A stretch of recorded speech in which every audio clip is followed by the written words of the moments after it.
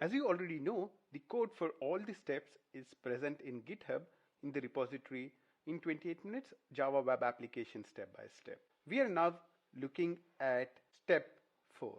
In this step, we want to add another get parameter password and also discuss about the disadvantages of using get requests. I'll go to the login servlet. Now, I would want to be able to accept another parameter by the name password. So along with the name, I would want to also accept another parameter called password. What I'll do is instead of creating a variable name, I'll remove that and directly put request.getParameter name in here. So I'll remove this line of code. So now there is request.setAttribute name comma request.getParameter. Similar to that, I would want to be able to access a parameter called password. So request.setAttribute password. And how do I get the password? From the request as well. So password. And now I can pass this value in. In addition to name, I can say another parameter. How do you pass in the second parameter? The way you pass in a second parameter is by putting an and the second parameter name. So password is equal to some password. This some dummy value I'm passing in. Make sure that you are typing in http:// as well. So the entire URL is http:// your web server name port name. The first parameter name is equal to in 28 minutes. The second parameter password is equal to some password, and these two parameters are separated by and the parameters are separated from the URI by question mark.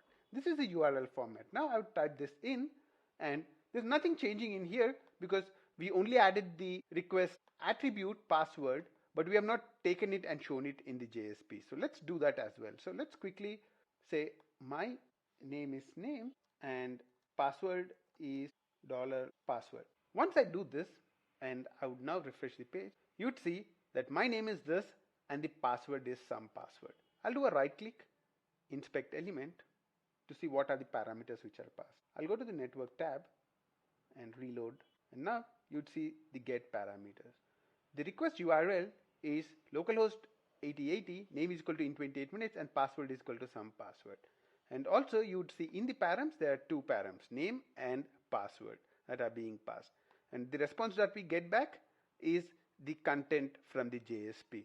In the JSP we are using EL to replace the values, and we are creating the entire HTML in the JSP. HTML is written back to the browser and the browser displays this in here. The important thing in here is for something as sensitive as a password, if we are sending it as a get parameter, it is sent in the URL. Internet is basically a huge number of routers and computers tied together. Whenever you access a website, let's say I access google.com, actually the request for that particular website would pass through n number of routers. So anybody in the router can see the URL that you are passing in. So if I use get parameter to pass my password, any of the routers would be able to see what is the information I am passing in. And that's not really secure because anybody from then on can use the password that I am sending in to fire in another request. If the parameters are passed inside the URL itself, that's not really a secure way of doing it. And in get, that's the only way you can pass in parameters.